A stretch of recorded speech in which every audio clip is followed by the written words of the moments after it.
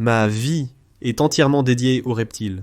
Je travaille avec eux, les recherche, étudie ces magnifiques créatures, et ma partie préférée est de les partager avec vous tous. C'est ma salle des reptiles.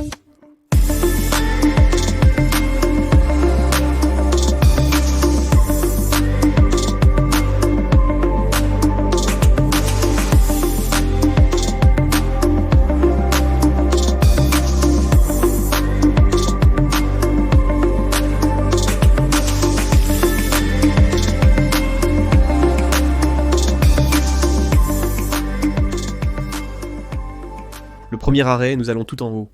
Je ne sais pas pourquoi j'ai ces choses si hautes. Je ne peux littéralement pas les voir ou les prendre. C'est pour ça que j'ai épousé une femme grande. Ça, c'est Steve. Steve fait partie du duo avec Erwin. Et ensemble, nous avons des 5 à langue bleue. Ce sont mes Nordiques du Nord. Ils viennent d'Australie. Et il grandit comme une mauvaise herbe. Et ce que j'aime chez les langues bleues, c'est leur langue bleue. Ce que j'aime chez les Nordiques, c'est leur langue bleue. Et tellement bleu, ce gars vit dans un 4x2x2, bien je pense que c'est 40 cm de haut. Je le chauffe avec un panneau de chauffage radiant. Il y a un système de brumisation à l'intérieur et c'est un peu un désordre encombré là-dedans. Ce n'est pas vraiment pour moi autant que c'est pour lui ou elle. Il est difficile de déterminer le sexe d'un bébé avec la langue bleue. Pour le savoir, il faut soit les mettre ensemble, soit faire un test acide désoxyribonucléique. De toute façon, lui ou elle, nous l'appellerons lui parce que son nom est Steve. Bien que j'ai eu un chien nommé Steven avec une fille qui aime un peu le désordre parce qu'elle n'aime pas être vue tout le temps. Elle est passée de lui à elle à ça. De toute façon, c'est Steve, nous le remettrons. Et bien que j'ai dit que je pourrais le vendre, je ne sais pas si... Je peux à chaque fois que je le tiens, j'aime cet animal. Encore plus, voilà, Steve, les gros serpents sont vraiment amusants. Et je garde celui-ci sur l'étagère du haut. Encore pour une raison que j'ignore, pourquoi c'est un boa de Doom Rolls. C'est un mâle adulte, et laissez-moi vous dire qu'il est très fort. De tous les serpents que je garde, je dirais que les boas de Doom Rolls pourraient être les plus forts. Ce Pokémon se nomme Marowak. Notre Cubone a été prêté pour un projet d'élevage. Et j'adore la langue noire de ce gars, et à l'intérieur de l'enclos. C'est vraiment simple, c'est un 4x2x2, donc nous allons le mettre dans un enclos de 6 ou 8 pieds. Nous travaillons sur une petite amélioration. Et ce gars, je dirais qu'il fait probablement 6 pieds, quelque chose comme ça.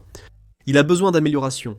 Il y a beaucoup de désordre. Il aime l'encombrement et n'aime pas être à découvert. Mais une fois que vous le sortez, il ne bouge pas vraiment vite. Il est juste vraiment très fort. Ce qui signifie qu'il peut faire un peu ce qu'il veut. Je suis ravi d'avoir un boa Doom Rolls comme animal de compagnie. L'élevage ne m'intéresse pas vraiment. Cet animal, mais évidemment, ces gars sont populaires. Et j'ai l'impression que nous avons beaucoup plus de stock qu'avant. Donc si vous avez déjà pensé à obtenir un boa de dermal, le prix a vraiment baissé, et la disponibilité a vraiment augmenté. C'est notre extraterrestre résident. C'est Frank. Maintenant, Frank est en mue. Il a juste tendance à programmer ses mues quand nous faisons des vidéos sur lui. Il a une petite lésion sur le nez, que nous avons traitée, et qui est enfin en voie de guérison. C'est en réalité un iguane à bande de Tonga. Je l'appelle toujours iguane à bande de Fidji, car c'est plus accrocheur et connu de tous.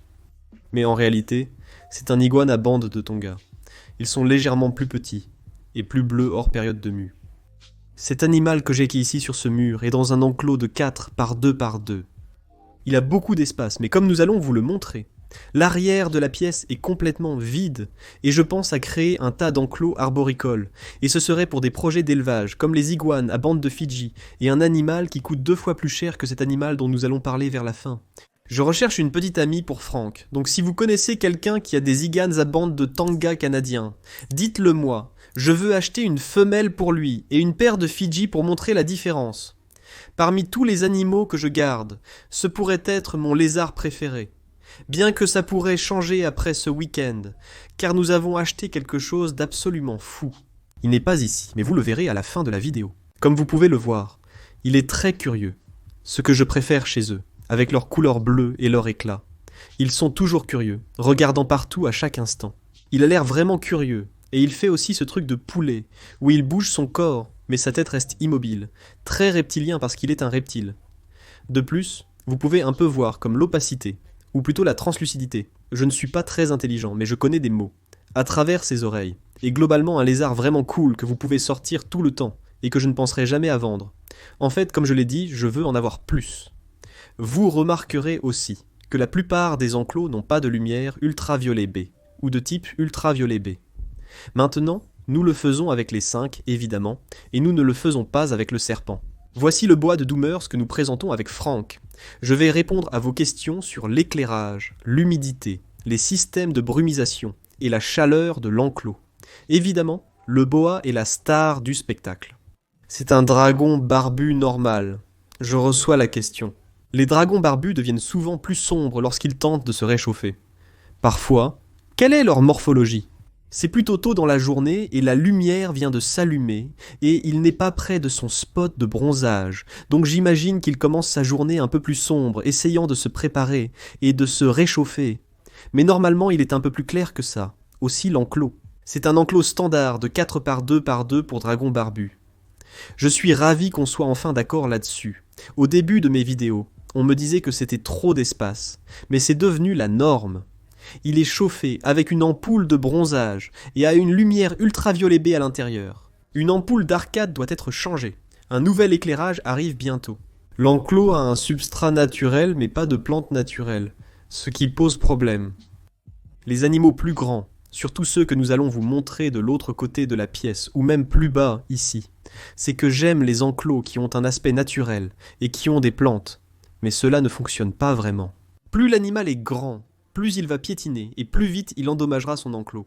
Donc un enclos assez simple mais de taille parfaite. Et puis bien sûr, le diamant est un peu l'homme ici.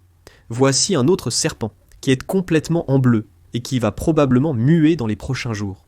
Cet animal ici est un magnifique python de Birman. Et comme vous pouvez le voir, Trish le tient en ce moment. Elle mesure probablement 8 pieds, Trish mesure 6 pieds et elle a encore beaucoup de place au-dessus de sa tête quand elle le tient depuis le sol. Ce qui est fou, c'est que on pourrait penser qu'un serpent de 8 pieds serait énorme, mais ce n'est pas un serpent difficile à manipuler. Il est facile à gérer, pour moi. Il ressemble à un python royal, un peu plus grand, vraiment pas si difficile, et un très bel animal à manipuler aussi. Maintenant, nous l'avons dans un enclos de 8 pieds, et nous n'avons pas beaucoup de choses dedans. Nous avions beaucoup de troncs et de choses pour qu'elle puisse grimper, et elle les a juste détruits. Puis nous avions un seau renversé pour qu'elle ait une cachette, et elle ne l'a jamais utilisé. Donc nous lui donnons autant d'espace que possible parce que la nuit, elle aime se promener. Elle a un bol d'eau, elle a un tube de liège sous lequel elle aime se cacher ou derrière et elle se prépare à partir. Je recommande donc un enclos de 8 pieds pour un animal de cette taille. Peut-être lui donnerons-nous quelque chose de plus grand plus tard, mais pour l'instant, c'est Thunder. J'adore cet animal et je ne le vendrai jamais. Vous verrez aussi qu'elle est un peu sale et qu'il y a beaucoup de choses étranges au sol, qui ne sont ni de la perlite ni du terreau. Nous utilisons des acariens prédateurs pour nous assurer que notre collection reste sans acariens. Nous savons tous que les acariens des serpents sont un véritable désastre. Alors ce que j'utilise, ce sont des acariens prédateurs. Je ne peux pas les prononcer, mais c'est comme ça qu'ils s'appellent. Et je les obtiens à Niagara, c'est à Stevensville, juste à côté du zoo de Stevensville. En fait, juste à côté de Safari Niagara. Mais de toute façon, si vous les voulez, c'est là que vous les obtenez. Si vous les voulez aux États-Unis, je ne sais pas comment vous aider, mais en tout cas, c'est ce que vous voyez dans tous les enclos. Nous faisons simplement de la maintenance préventive pour nous assurer que nous n'avons pas un problème fou qui vous fait arracher tous vos cheveux. L'un des animaux que j'ai le plus longtemps dans ma collection est Franny le boa constrictor imperator. Un jour, alors que je tondais la pelouse, mon ami est arrivé et m'a annoncé qu'il déménageait avec sa petite amie. Elle ne voulait pas qu'il garde son serpent, qui faisait à peu près cette taille, et pouvait à peine s'enrouler autour de mon cou. Et maintenant, regardez sa taille. Elle est vraiment, vraiment grande. Elle est complètement en bleu en ce moment. C'est un animal en qui je n'ai pas vraiment confiance quand elle ne voit pas. Nous allons la garder ici pour aujourd'hui, dans un enclos de 8 pieds sur 2 pieds. Elle a une lumière linéaire avec un peu d'ultraviolet B. Je ne sais pas si ça aide, mais elle semble belle sous cette lumière. Et elle avait une structure ici pour qu'elle puisse grimper. Mais elle l'a détruite. Alors, l'une des prochaines choses que nous allons faire est de fabriquer un autre de ces petits engins ici, de l'autre côté, et de mettre quelques 2 par 4 dessus. Ce ne sera pas beau, et peut-être que nous obtiendrons quelques bûches pour le faire. Ça va avoir l'air un peu brut, mais c'est un serpent semi-arboricole. Et ce que j'aimerais faire est de l'avoir, finalement, dans une enceinte un peu plus haute. Mais nous avons dû la déplacer. Et il y a une bonne raison à cela, que je vais vous montrer maintenant, pour garder les choses humides ici. Parce que presque tout a besoin d'humidité. J'ai 3 systèmes de brumisation différents. 2 dans cette pièce, 1 dans l'autre pièce, 1 à l'étage. Donc nous en avons 4 dans la maison. Et tout ce que j'ai fait est de brancher un système de brumisation que vous pouvez obtenir chez Chewy.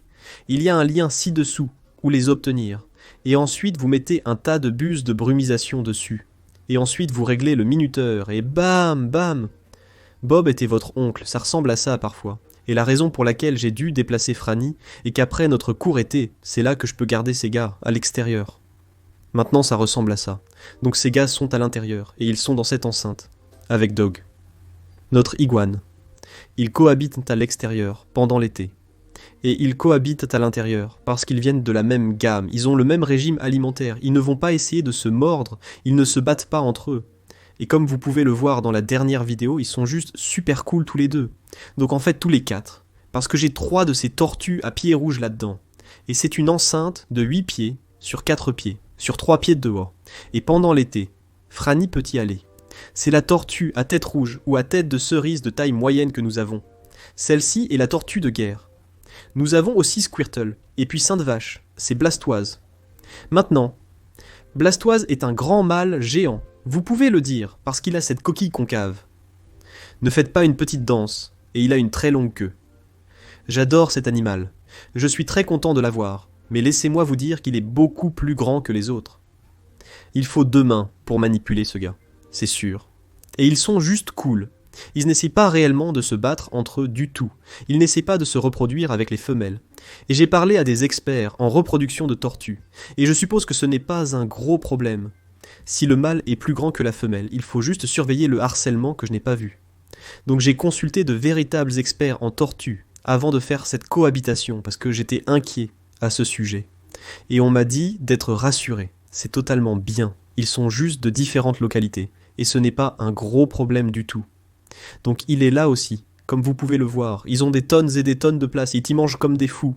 Il y a de la poussière, de calcium partout dans cet endroit, et je le garde bien humide parce que j'ai ce système de brumisation. Et bien sûr, Doug, je ne veux pas ne pas parler de lui. Il vit aussi dans cette enceinte, il est en hauteur sur une de ces structures dont je parlais, que je vais construire pour Franny. Et bien sûr, pendant l'été, il aime vivre ici à l'extérieur, et il est à 6 pieds dans les airs, donc nous n'avons pas vraiment 6 pieds. Ici, bien qu'il soit probablement à environ 5 pieds dans les airs, si vous comptez juste la hauteur de l'enceinte, et non pas du sol de l'enceinte de toute façon. Et puis, il y a Kratos, qui est mon plus grand animal, c'est un python birman. Il est complètement normal ou classique birman, mais il est het pour hippo, et il est het pour albinos aussi, donc j'ai dit que je n'allais pas reproduire d'autres birmans. Mais je ne sais pas, c'est un peu difficile de ne pas le faire. Ce sont de beaux animaux, ils sortent un peu hargneux, mais ensuite ils se transforment en animaux. Comme celui-ci, c'est un animal de 13 ou 14 pieds. C'est une enceinte de 8 pieds, sur 4 pieds, sur 3 pieds. La même chose qu'en haut. Ici, Cornell's World l'a fait à Calgary, au Canada. Et laissez-moi vous dire qu'il n'est pas la plus belle chose en termes de waouh. Arrêt du spectacle, vous savez le mettre sur une vignette, et tout le monde va penser qu'il est cool. Mais en termes de chien de compagnie, est juste amusant à manipuler. Et un peu difficile aussi, parce qu'il est si grand. Manipuler des serpents comme celui-ci est facile. J'ai récemment mis mon python birman sur les épaules de mon beau-frère, qui était ici il y a 2 jours. Cela s'est bien passé, car je suis confiant que mes animaux s'entendent bien avec les invités. Cependant, avec un serpent de 14 pieds, il est important de faire preuve d'un peu plus de prudence. Il faut toujours rester vigilant. Mais il fait un très bon travail dans ce tube de liège ici qui est gigantesque, je veux dire. C'était comme un tube de liège à 200 $. Mon conseil pour acheter de gros objets. Allez à une exposition et à la fin de la journée, pour quelque chose de lourd, dites-leur que vous ne voulez pas le ramener chez vous et proposez de l'acheter à bas prix. Ils accepteront. Kratos possède une maison vraiment cool. Dans la prochaine vidéo que j'ai déjà filmée, je parle du fait que Tilly est toujours détendue. C'est un dragon à franges, et c'est pour cela qu'on l'appelle ainsi. Je porte maintenant le microphone, donc vous ne les entendrez pas siffler. C'était la première fois que j'entendais Tilly siffler. Je n'avais jamais vu ça avant. C'est un animal généralement très calme, qui vit dans un enclos de 4 par 4 par 2. Un espace parfait pour lui. J'espère également accueillir des bandits de Fidji et d'autres animaux que je vous présenterai à la fin de cette vidéo. Cet animal est un Indonésien, et j'aimerais beaucoup avoir une femelle pour le faire se reproduire, car je pense qu'ils sont vraiment fascinants. Dans certains cas, ils pourraient même être plus adaptés que les dragons barbus, étant plus impressionnants et presque jamais agressifs. En fait, je peux facilement lui tendre la main, et elle mangera directement dans ma paume, bien que je continue à l'appeler elle, parce que je l'ai acheté en pensant que c'était une femelle, c'est en réalité un mâle. Concernant l'enclos, je reçois souvent des commentaires sur l'espace inutilisé en hauteur. Cela est dû au besoin de cet animal d'avoir une ampoule ultraviolet B de haute intensité. Si des objets sont trop proches de cette source, cela peut être nuisible pour lui, d'où cet espace apparemment vide. Ensuite, je vais vous montrer un autre enclos, qui est un peu plus controversé. Il abrite 6 geckos léopards, dans un espace de 4 par 2 par 2. Cela peut sembler surprenant, mais j'ai consulté des experts sur ces reptiles qui ont étudié leur habitat naturel. Ils vivent souvent par dizaines dans des crevasses, incapables de s'échapper les uns des autres. J'ai donc aménagé l'enclos avec des bâtons et des briques pour leur offrir des cachettes, tout en veillant à ce qu'il n'y ait pas de passage sans issue, comme dans la nature. Cela permet à chaque gecko de se retirer s'il le souhaite. Nous avons aussi réinstallé plusieurs points chauds et stations d'alimentation, ainsi qu'un système de brumisation qui s'active chaque nuit pour augmenter l'humidité et leur fournir de l'eau. Ils s'épanouissent très bien ensemble, sans conflit, et semblent heureux dans leur environnement. Les enclos de 4 par 2 par 2 sont idéaux pour 1 ou 2 geckos léopards. Je pense également qu'ils peuvent convenir à un harem ou à une colonie, car j'aime observer ces reptiles dans des installations qui reflètent leur habitat naturel. C'est pourquoi j'apprécie les configurations multi-espèces, comme nous en discuterons bientôt. Bien qu'il soit peut-être un peu clairsemé d'avoir 6 geckos ensemble, cela me permet d'apprendre beaucoup sur leur comportement, surtout en les voyant interagir et chasser. J'espère aussi pouvoir me rendre au Pakistan pour filmer leur mode de vie naturel, mais en raison d'événements récents, nous avons dû reporter ce voyage. Espérons que ce sera possible d'ici le milieu de l'année prochaine. Dans l'enclos, nous avons plusieurs bols d'eau et de nourriture, chacun placé à différents endroits pour qu'il puisse se nourrir et s'hydrater facilement. À l'arrière de la pièce se trouve notre tagouille noir et blanc, Mouchou. Son enclos est assez en désordre car elle est en brumation. Je pourrais éteindre la lumière, mais cela donne une belle ambiance dans la pièce. Elle est souvent cachée sous le substrat, et parfois je peux apercevoir sa queue. J'ai même tiré légèrement dessus hier pour vérifier qu'elle était bien vivante, et elle l'est, bien que maintenant, elle soit complètement invisible. Cet enclos est également un 4 par 2 par 2, et lorsque Mouchou se réveillera, nous lui fournirons un espace plus grand. L'année dernière, elle était assez petite pour cet enclos, et en réalité, les tagus n'ont pas besoin de beaucoup d'espace pendant la brumation. Nous prévoyons de changer son éclairage ultraviolet B l'année prochaine. Enfin, voici Erwin, mon premier skink à langue bleue, que j'ai acquis en 2019, quelques mois après avoir lancé la chaîne. J'apprécie particulièrement qu'il soit d'origine indonésienne, car j'affectionne les espèces de cette région, y compris celles mystérieuses que nous vous montrerons plus tard. Regardez aussi la différence. C'est un Almira, si je ne me trompe pas. C'est une localité ou une région d'Indonésie d'où ils proviennent. Leur ventre est très rouge, tout comme leur cou, et ils ont des bras noirs, ainsi qu'un motif distinctif sur leur dos. Leur langue n'est plus aussi bleue, mais leurs griffes restent aussi tranchantes, croyez-moi. La même chose que ce que nous donnons à l'autre. Nous avons un régime de type buffet pour Bluey, que nous donnons la plupart du temps. Nous donnons des légumes verts, et bien sûr nous donnons parfois de la nourriture pour chiens ou chats comme petite friandise. Nous donnons des œufs de caille, et différents types d'insectes. Donc un vrai omnivore. Mais regardez la taille de cette chose. Cette chose fait bien 32 pouces, ou peut-être même plus que ça. C'est le plus grand 5 à langue bleue indonésien que j'ai vu. Un mâle bien dodu, ressemblant à une pomme de terre avec de minuscules jambes. Nous allons le remettre. Il n'est pas très sociable, mais j'adore cette espèce. Mon premier 5 à langue bleue était pour moi le saint graal des reptiles à l'époque. Et c'est fou de voir le progrès accompli dans cette salle depuis. Les pitons tachetés sont l'une de mes espèces favorites. Ils le sont depuis longtemps, et j'en ai 2, c'est Jimmy et croyez-le ou non, c'est un piton tacheté adulte. Une chose que j'aime chez les tachetés, c'est que je pense que, eh bien, ils sont le plus petit genre, Antaresia, dans le monde entier quand il s'agit de pitons. Les Australiens peuvent également garder les sous-titres activés lorsqu'ils regardent des vidéos. Ils me disent souvent qu'ils ne peuvent pas garder la plupart des choses parce qu'on ne peut garder que des espèces australiennes. Et bien sûr, il n'y a pas 1 million de morphes à gérer. Si vous voulez un python tacheté, vous pouvez en trouver en Australie ou en Amérique du Nord, bien qu'il y ait peu de morphes. Mais vous choisissez vraiment l'espèce plutôt que le morphe. Et je pense que c'est la chose avec les pythons royaux qui m'a un peu éloigné d'eux. Il y en a d'autres dans la pièce à côté si vous voulez que je vous fasse visiter. Tout est une question de morphe plutôt que d'espèce. C'est un bel animal avec une iridescence folle. Semi-arboricole. Juste à côté de Jimmy se trouve sa nouvelle petite amie, Linda. Je trouve ça hilarant d'utiliser les noms de mes parents. Donc Jimmy ici et Linda, nous espérons pouvoir les faire se reproduire plus tard cette année. Et espérons qu'ils pourront produire des descendants aussi cool que moi. Jim et Linda ont un bon bilan, sauf pour leur deuxième enfant. Mais à part ça, celui-ci, je ne peux pas croire à quel point. Cet animal est fou, docile, curieux et amusant. Linda est un peu plus épicée, mais de la même taille. Quand elles pondent, ce sont de minuscules œufs de python. Et espérons que nous pourrons en avoir plus tard cette année. De plus, Jimmy et Linda seront sûrement dans la pièce suivante lors de la prochaine visite, ayant dépassé la taille de ces enclos.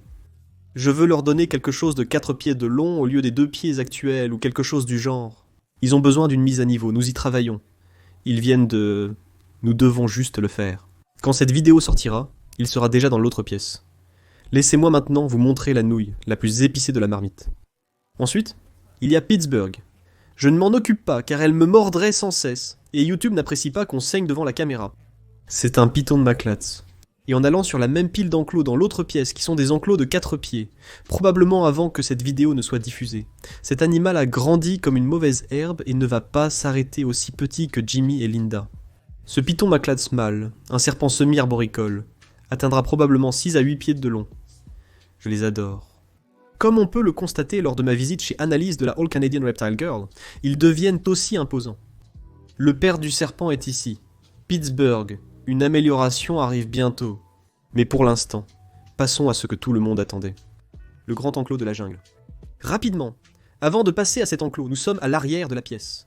Mon objectif est d'installer des enclos arboricoles, non seulement pour le projet bandé de Tonga, mais aussi pour un autre lézard vraiment cool et intéressant. J'aimerais installer leur enclos du sol au plafond à l'arrière de cette pièce pour leur vie adulte. Nous avons fait une vidéo entière sur cet énorme enclos de 1500 gallons la semaine dernière ou la semaine d'avant. La vidéo était juste ici si vous voulez regarder. Je veux un nom pour ça. J'en ai quelques bons. J'aimais bien le nom Weeklandia, mais nous avons besoin d'un nom pour ça, similaire à la façon dont Mickey Bustos a nommé son Pandora aujourd'hui au Canada. Super intelligent, je veux aussi nommer cette enceinte. 8 pieds sur 4 pieds sur 6 pieds de haut, et c'est un écosystème. Nous avons des grenouilles d'art là-dedans. Nous avons aussi des grenouilles arboricoles là-dedans. Nous avons des anoles là-dedans. Et puis à l'intérieur de cette enceinte se trouvent aussi quelques boas émeraudes, des arbres. Et de cette façon, nous avons une jungle sud-américaine entière. Ça va sonner comme une jungle sud-américaine à cause des grenouilles. Ça va ressembler à ça à cause des plantes et du système de brumisation qui compte 20 têtes de brumisation. À l'intérieur, il reçoit énormément de brume. Et nous avons davantage de plantes, notamment une énorme dans le coin là-bas, qui va à l'arrière.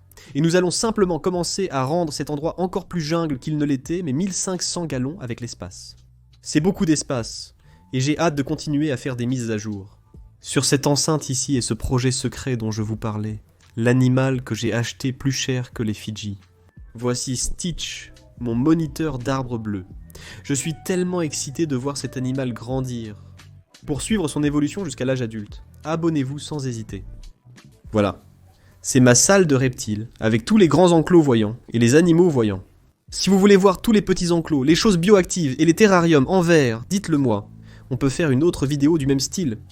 Veuillez cliquer sur j'aime et vous abonner. Si vous voulez me soutenir sur Patreon, j'en serai ravi. C'est tout pour aujourd'hui. Comme je poste 2 fois par semaine, on se retrouve dans la prochaine vidéo.